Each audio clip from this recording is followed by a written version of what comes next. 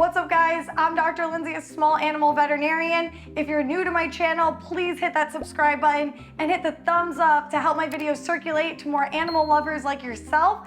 And if you're not already following my Instagram, Lindsay Butzer DVM, please go check that out. I post a lot of cute animal content there, as well as pet tips for pet owners.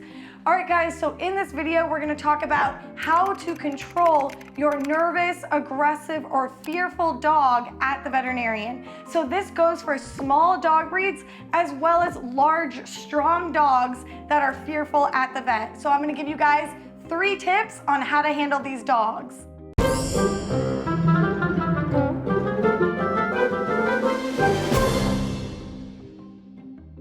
All right guys, so I am not a dog trainer. I'm a veterinarian. I've been practicing for 7 years now. Oh my God, that makes me feel old, but I'm not old. I started when I was really young, so now I feel better about myself, right? Anyways, so always get a trainer because a dog trainer can help you with positive reinforcement and give you other insights into why your dog is fearful or aggressive at the vet. So I'm gonna give you 3 things that I use that I like to tell pet owners to do, but that's from a vet's perspective. So the first thing is muzzle training your dog. So you're gonna want a trainer to help you do this. But things I can tell you about muzzle training is you just show them a muzzle, pick up a muzzle that fits them, use it at home and use cues like, yes, good job. Every time they put it on, give them a treat. There are muzzles that have a little hole where you can feed them through it. And even just have your dog wearing it around the house and just petting them with it on so that they think that muzzle is a fun thing and it's not something scary, but it will protect them from biting someone at the vet office. Because if your dog bites someone, they can get that put on their record and you don't want that for your dog. Before I go on to number 2, which is about drugs, I need to thank this video sponsor, which is PetMeds, America's most trusted pet pharmacy. So at PetMeds, they have pharmacists that go over the drugs before they send them to your front door to make sure there's no interactions with your pet's other medications and to make sure that dose fits your pet's weight. So I want to thank PetMeds, and let's get on to number 2, using sedatives and anti-anxiety medication before your pet goes to the vet.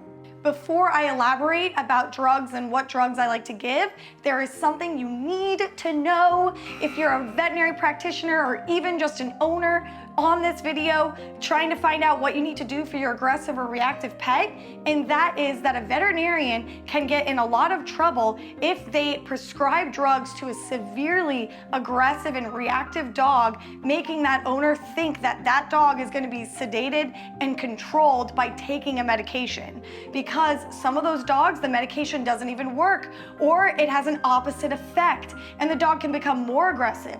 Or that owner gives the dog the drug, hands it over to a caretaker or a family member, thinking, okay, that dog is drugged, it's not gonna be aggressive anymore. And that's not true at all. That dog can still severely hurt someone. So as a veterinarian, I have to be super careful. I can't just willy-nilly go out and give dogs drugs that are aggressive, thinking that's gonna fix them, because it's not always gonna do the trick. Phew, now that you know that, the drugs I like to use are trazodone, which is a anti-anxiety medication that I prescribe all the time to dogs. Acepromazine is a little stronger. That's a good sedative to help calm them. And then gabapentin is a good one. It's a little weaker, but it still works for those dogs that are on edge. And then you can also use some holistic stuff like CBD, melatonin, tryptophan. There's chews you can buy online that just help calm your dog down if they're not that anxious. Number 3, understand that if your veterinarian and the staff at their practice doesn't feel safe physically handling your pet due to aggressiveness or fearfulness, they can do a visual exam, which is sufficient enough for health records on your pet. And know that you may need to sedate your pet completely to do any diagnostics, such as vaccines, blood work, x-rays, and more to get a full health exam of your pet. All right, guys, I know you landed on this video because you're in desperate need of help with your pet to get them to the veterinarian to get a proper exam, and there are many scenarios. One might be your dog is shaking like a leaf, but they're pretty friendly and you can still handle them. And another one is that the dog is lunging, trying to bite, trying to get out of your hands to bite someone. So you need to talk to your veterinarian, and they're gonna give you the best medications and tips, and even recommend trainers in your area to help you get your pet to the veterinarian safely for an exam.